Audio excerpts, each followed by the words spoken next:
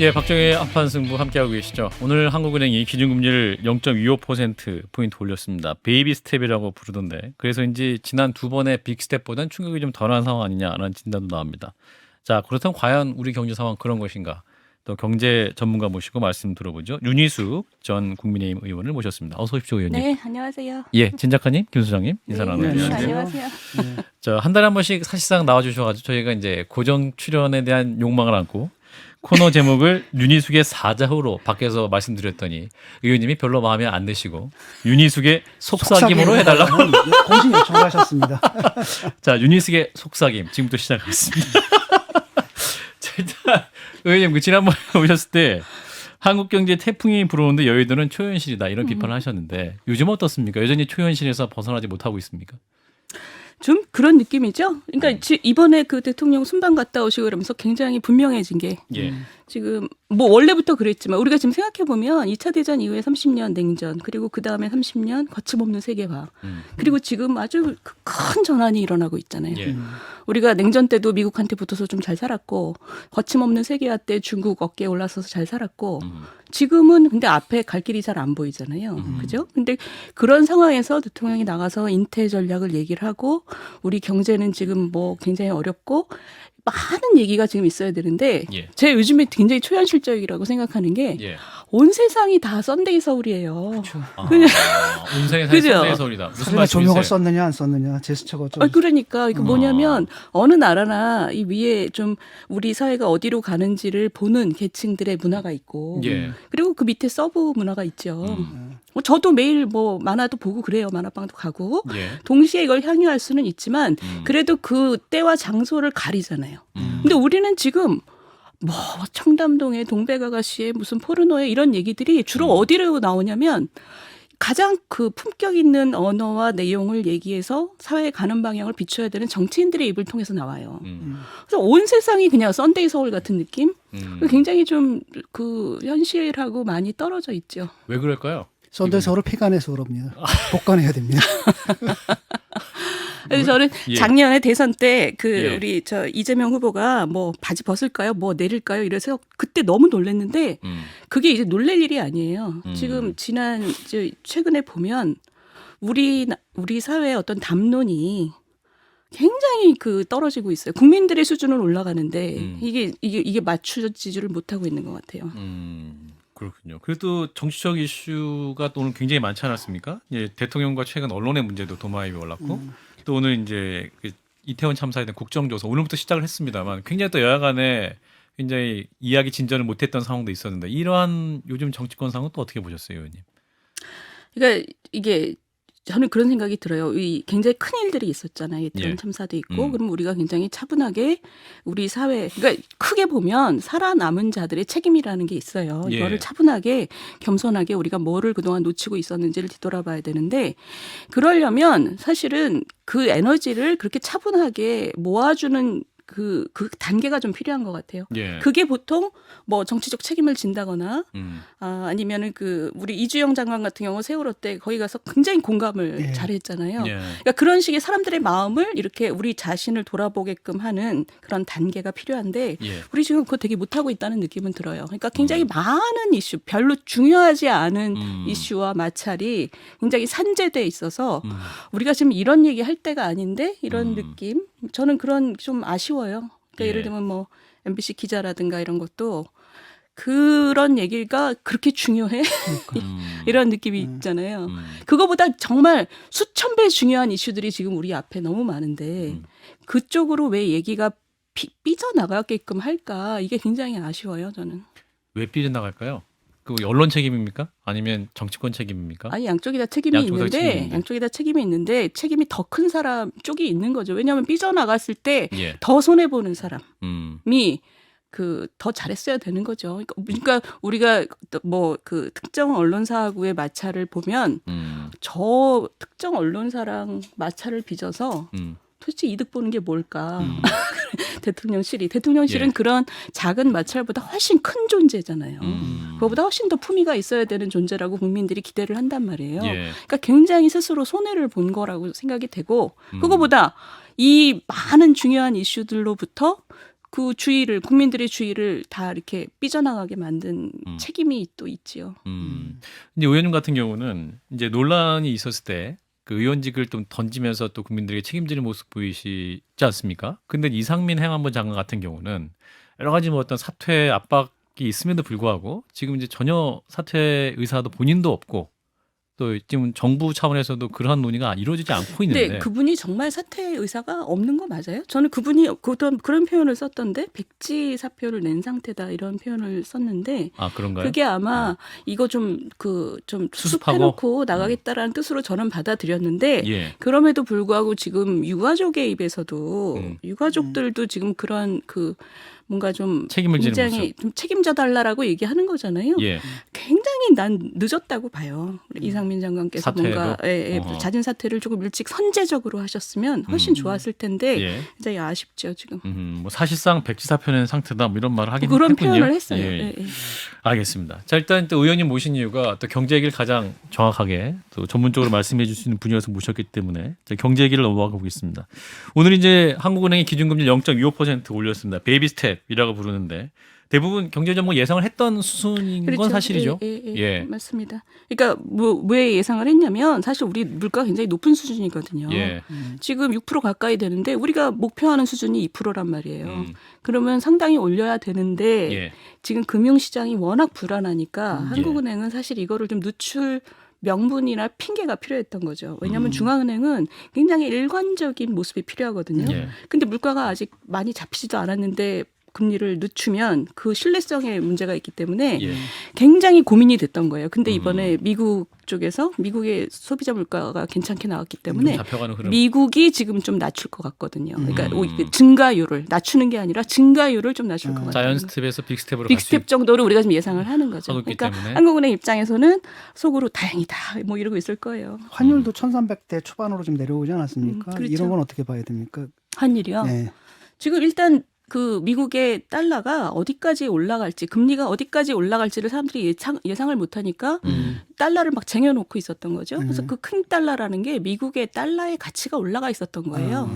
근데 그게 이제 진정이 되면서 우리만 떨어진 게 아니라 다른 나라들이 다 그러니까 다 올랐죠. 가치가 환율이 다 떨어졌죠. 그러니까 지금 환율은 지금 아직도 높지만 올해 초에 비하면 아직도 높지만 그래도 좀 다행이다. 어쨌든 최근에 한두 달 정도는 또 이 김진태 지사의 이 채무불이행 선언으로 인해서 자금시장, 채권시장 굉장히 경색되면서 정부 뭐 한국은행 뭐 시중은행까지 해서 돈을 풀고 막 이제 이러는 단계가 있었던 것이 좀 영향을 많이 미치고 있나 아니면 좀 잦아들고 있나요 그 위험은? 그게 이제 보는 사람마다 약간 다른데 예. 저 아직은 그 채권 시장이 힘들어요. 그게 뭐 그러니까 김진태 지사 혼자만의 잘못은 아니고 완전히 살얼음 같은데 돌멩이를 잘못 던진 거죠. 예. 근데 그 돌멩이와 살얼음의 그 영향이 예. 아직은 다 해결이 안 됐어요. 그래서 다른 부분은 그래도 우리가 조금 진정이 되지 않을까 이런 기대를 좀 갖고 있는데 예. 이 채권 시장은 아직 굉장히 불안하죠. 그러니까 우리가 그때 제가 왔을 때 이게 뚝이 무너질까 봐 걱정이다 그랬잖아요. 전반적인 경제는 지금 뭐 경제 위기라고 얘기할 수준까지는 아닌데 이게 약한 곳이 무너질까 봐 우리가 걱정이다. 근데 그 약한 곳 중에 하나가 예. 이제 지금 채권 시장이에요. 예. 이제 여기서 사고가 나지 않도록 잘 조심조심 가야 되는 거죠. 예. 그래서 이제 돈도 막 풀어놓고 지금 그런 노력을 했죠. 돈을 풀어놓으면 유동성이 증가하는데 한국은행이 이자율을 올리는 건 돈을 묶으려고 했던 것 이것이 서로 충돌을 하잖아요. 상호 모순. 그렇죠. 그러니까 그게 한국은행이 금리를 통해서 하는 거는 완전히 전체적으로 그냥 거시적으로 푸는 거고 이거는 사고가 날 만한 곳에 미시적으로 타겟팅해서 돈을 넣는 거예요. 근데 분명히 여기다 돈을 풀면 추가적인 금리 인상 압박이 되죠. 되는데 그럼에도 불구하고 이게 급하니까 하는 거예요. 그러니까 하나는 거시적인 차원이고 하나는 약간 미시적인 차원이고. 그렇죠. 이렇게 이거 완전히 궁금한 게 저인망으로 관리가 다 풀리는 가능한 거고. 수준이냐라는 점에서는 어떻게 보십니까? 50조 그다음에 뭐 시중은행도 지금 뭐 80조 뭐 이렇게 얘기. 관리가 가능하다는 게 어떤 뜻이에요? 그러니까 정부가 이렇게 해도 그러니까 유동성이 정부가 관리할 수 있는 수준 안에서 즉 물가가 막 오르거나 이렇게까지 번지지는 않을 거로 보십니까? 그러니까 그러기 전에 금리를 가지고 지금 누르고 있으니까. 지금 오히려 오늘 한국은행에서 발표한 걸 보면 금리가 좀 경기를 좀 압박하기 시작하는 수준이라고 지금 생각하고 있더라고요. 평가를. 예. 그렇게 하고 있어요. 그러니까 이게 유동성이 분명히 음. 금리를 추가적으로 인상할 압박이라는 게 바로 물가에 영향을 주는 거는 당연한데 그거를 이제 전반적인 금리로 다시 누르는 거죠. 지금 세계적인 금리 인상 분위기가 좀 잦아졌다 이렇게 평가할 수 있는 겁니까? 미국의 어떠한 그러한 움직임을 봤을 때. 그러니까 지금 미국도 우리가 지금 막 속으로 다행이다 그러는 거지 예. 한 달 데이터를 본 거예요. 한 달. 네, 한 달 데이터를 가지고 예상보다 좋았기 때문에 예. 우리가 지금 이거 괜찮은데 이러는 거지 데이터를 조금 더 봐야 돼요. 그러니까 전 세계의 예. 인플레, 특히 미국의 인플레가 잡히느냐. 근데 이제 미국 중간 선거 결과가 네. 사실상 이제 민주당이 완전 참패할 거라고 봤다가 네. 바이든이 약간 그래도 좀 승리하는 약간이 분위기. 아니라 지난 20년간 예. 현직 대통령 정권에서 가장 선방한 거라 그래요. 그렇죠. 이제 그러한 어떤 정치적인 영향도 좀 있다고 봐야 됩니까? 지금 미국 경제의 흐름. 경제의 흐름에 예, 예. 그렇게 보이지는 않아요. 물가의 아, 흐름은 그런가요? 그 전부터 아하, 있었기 때문에. 예, 그렇군요. 오히려 바이든 대통령이 물가에는 굉장히 민감하죠. 나쁜 영향을 많이 나쁜 끼쳤어요. 영 그런가요? 작년에 벌써 이거를 오므리기 시작해야 되는 때 그분이 돈을 너무 풀었거든요. 그러니까 지금 사실 우리가 겪는 괴로움이 예. 사실 저 바이든 대통령의 책임도 상당히 있어요. 그렇군요. 자, 그런데 이제 지난달에 의원님이 그 5천만인 김진태를 욕해도 배짜라 원조 이재명 대표 입을 다물어야 된다 이런 말씀하셨습니다. 좀 강하게 말씀하셨어요. 예, 예. 힘드시죠? 어떤 의미입니까? 저기 그때가 예. 민주당이 김진태 지사를 그 앞에 최문순 지사가 저 엄한 그 보증을 서고 이 문제를 키운 거 아니에요. 예. 근데 김진태 지사가 이 자신의 행동이 채권 시장에 어떤 영향을 줄지를 저는 100% 이해하지 못했다고 봐요. 그래서 돌멩이를 던졌는데 예. 거기에 대해서 그 민주당 분들이 뭐라고 비판을 했냐면 예. 정치적 쇼 때문에 이거 경제를 망가뜨렸다고 한 거예요. 예, 민주당 이용호 그렇죠. 의원도 그런 맥락에서 말씀하셨고. 그러니까 정치적 쇼를 가지고 했다라는 게 그렇게 죄면 그건 뭐 잘못이죠. 잘못인데 그런지 아닌지는 모르지만 근데 예. 만약에 그렇다 해도 이재명 대표는 본인이 자기가 정치적 쇼로 성남시장 할 때 모라토리움 했다고 이미 얘기를 했잖아요. 예. 그러니까 다른 사람들은 김진태 지사가 정치적 쇼를 했다 그러면 욕할 수 있어도 예. 우리 재명 선생님께서 그러시면 안 됩니다. 제가 그렇게 얘기한 거죠. 이분이 원조고 이걸 갖다 벤치마킹하다 사고 친 거다. 아니 그분은 본인이 자기가 쇼했다고 예. 인정했고 김진태 지사는 그렇게 인정 안 했어요. 예. 그냥 그러니까 저 정치적 쇼냐 아니면 예. 몰랐냐 두 가지 문제 중에서 우리가 판단을 잘 못하는 건데 예. 그 이재명 지사는 자기가 분명히 얘기를 했죠. 그리고 그거를 굉장히 자랑스럽게 얘기했어요. 그래서 저분은 국민을 어떤 대중 조작의 대상으로 삼는 것에 대해서 아무런 문제의식이 없더라고요. 그렇군요. 그래서 제가 뭐 그런 얘기해도 신경도 안 쓰실 거예요.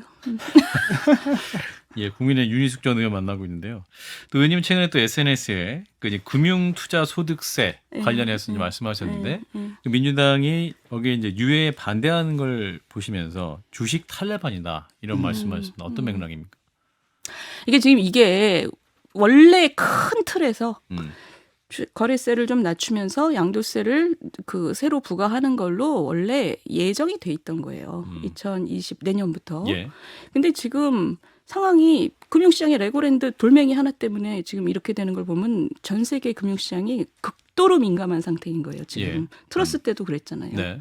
극도로 민감하고 그리고 우리가 이 대선 끝나고 이거 안 할 거라고 생각해서 그 중소형 증권사들은 아직 시스템 준비가 안 돼 있어요. 원천 징수를 해야 되는데 예. 주식, 채권, 펀드 이걸 다 합쳐서 사람별로 모아서 원천 징수를 해야 되는데 예. 그게 아직 준비가 안 돼 있어요. 근데 지금 40일밖에 안 남았잖아요. 예. 한 달밖에 안 남은 상태에서 이거 굉장히 혼란스러울 것 같다라고 하고 그럼 좀 유예하자 이 얘기에 대해서 민주당이 무조건 타협 불가.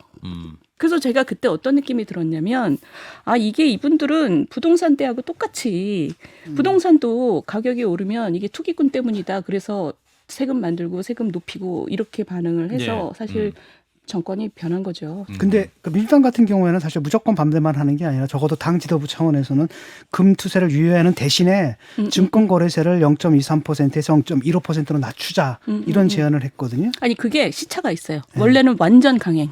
이라고 해서 제가 그래서 그걸 썼던 거예요. 이게 주식 투기하는 사람을 무조건 투기꾼으로 보지 않으면 이렇게 비타협적으로 얘기할 필요가 없는데 굉장히 그 근본주의적인 사람들이라고 저는 생각을 했고 근데 그날 제가 그 글을 쓰고 그날 이재명 대표가 왜 여당보다 우리가 더 깐깐하게 구냐고. 그러니까 뭐 무슨 뭐 정책적인 마인드가 아니라 여당보다 야당이 깐깐하게 굴 필요가 없다고 유예를 하자는 식으로 얘기를 했어요. 예. 그래서 당론이 확 바뀐 거예요. 그러면서 이제 그냥 빠지기는 좀 쪽팔리 아니 창피하니까 창피하니까 창피하니까. 조건을 달아서 조건을 예, 단 게 조건을 이제 달아서. 거래세를 낮추고 뭐 이런. 근데 정부는 그러면 세수가 감소하기 때문에 안 된다는 입장인 겁니까? 정부는 그러면? 정부는 이때까지 계속 세수 중립 조건을 갖고 있었죠. 그러니까 예. 거래세를 낮추면서 소득세를 올리는 거를 이때까지 쭉 문정부 때도 그렇게 얘기를 한 거예요. 예. 근데 지금 이걸 유예하면서 거래세만 낮추면 세수가 주는 거 문제가 있지요. 문제가 있는데 제가 볼 때 지금 이거는 예. 양쪽이 다 음흠. 자기가 이거를 강행하는 주범이 되지 않기 위해서 그 얼굴을 서로 지금 하고 있는 것 같아요. 서로 유예 조건 달고 이쪽도 이러고. 그래서 제가 볼 때는 이게 지금 시장에 혼란이라는 게 있단 말이에요. 불확실성이 엄청 있잖아요. 지금 한 그렇죠. 달밖에 안 남았는데. 그러니까 서로 좀 솔직하게 타협하고. 어쨌든 솔직하게. 그 지금 얘기한 모든 조항이 제가 볼 때 그렇게 중요한 조항이 아니에요. 시간을 좀 주고 시장에 시간을 주고 유예를 하는 게 중요한 거지. 근데 시장에는 3년의 시간을 주고 유예를 한 상태에서 입법 예고를 해놓고 3년이 2년, 지난 2년, 거. 2년. 아니 제 얘기는 2020년에 합의를 했을 때 3년의 시간이 이렇게 된다, 시장이 변할 것이라는 건 이미 충분히 예고가 되어 있었던 것이지 않습니까? 그러니까 큰 회사들은 그래요. 그런데 올해 3월에 대통령 선거가 있었잖아요. 예. 대통령 선거 때 이게 스탑할 거라고 다들 생각을 했던 거예요. 왜냐하면 공약이 나왔었기 때문에 관련 공약이 예. 아 이거를 완전히 폐지하든가 아니면 적어도 유예는 가겠다라고 생각을 했던 거죠. 그래서 작은 회사들은 이게 닥치면 준비를 하는데 작은 회사들은 아직 그게 안 돼 있는 거죠. 그러니까 어쨌든 뭐 커다란 방향에서는 가야 되는 거 아니겠습니까? 어떤 뭐 소득이 있으면은 그게 어떤 소득이든 간에. 그러니까 그게 대부분의 사람들은 소득이 있는 곳에 과세 있다라는 그 큰 원칙을 반대하지 않아요. 예.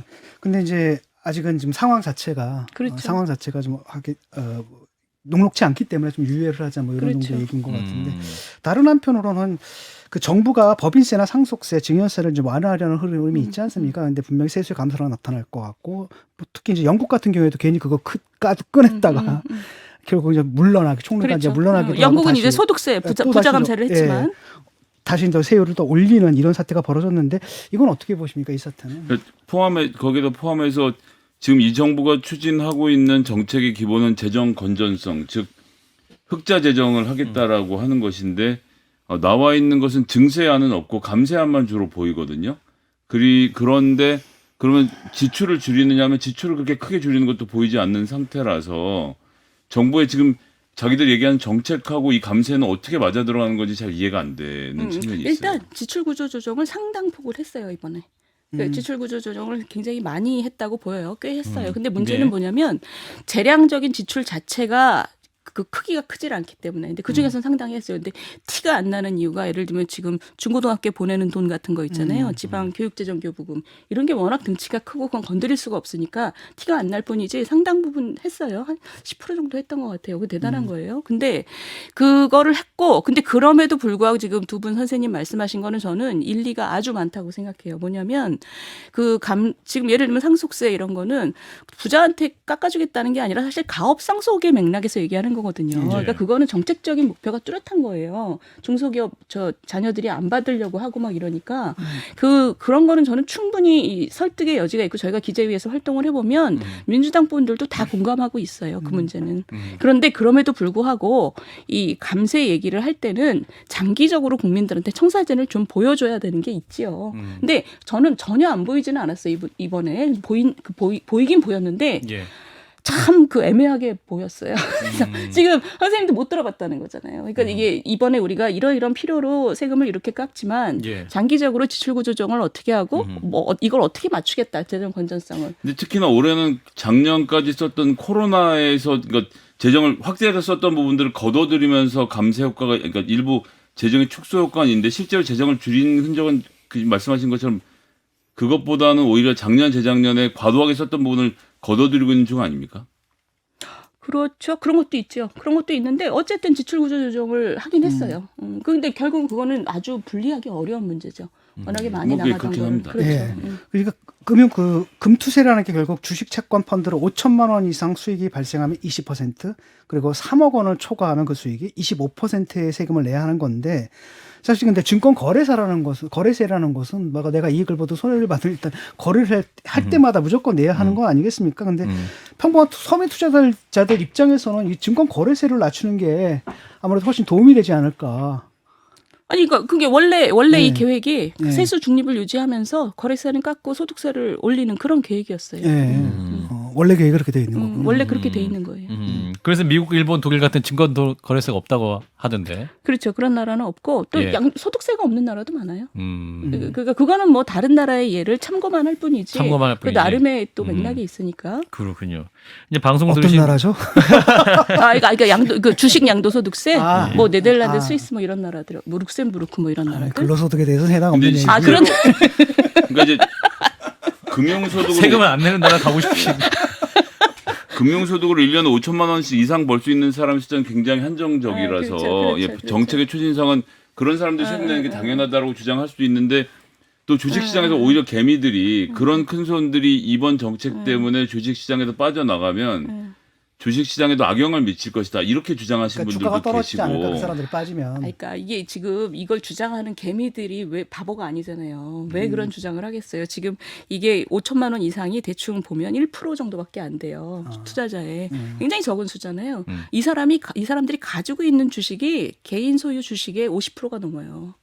그러니까 이렇게 얼마 안 되는 사람들이 어마어마한 양을 갖고 있으니까 이게 우리 주식 시장이 그렇게 투명하지도 않고 다른 나라에 비해서 그렇게 장점이 있는 나라가 아니기 때문에 예. 이게 돌멩이가 하나 갔을 때 이게 어떤 충격이 갈지를 개미들이 불안해하는 거죠. 이 사람들이 빠져나갔을 때 지금 올해 잔뜩 손해보고 이제 회복하는 것만 기다리고 있는데 안 좋았죠. 주식시장이. 그러니까. 그러니까 개미들이라고 해서 그 자기 사정만 보는 게 아니에요. 그러니까 주식은 그런 차이가 있는 거죠. 전체 판이 커져야지 본인이 회복의 기회가 생기기 때문에. 근데 어쨌든 간에 지금 국회에서 이제 부딪혔단 말이죠. 한쪽에서는 뭐 유예하자, 한쪽에서 못한다. 우리는 뭐 절충안을 냈는데 뭐 여당에서 거부했다. 그렇다면 우리는 원하는 대로 갈 수밖에 없다. 부딪히지 않습니까?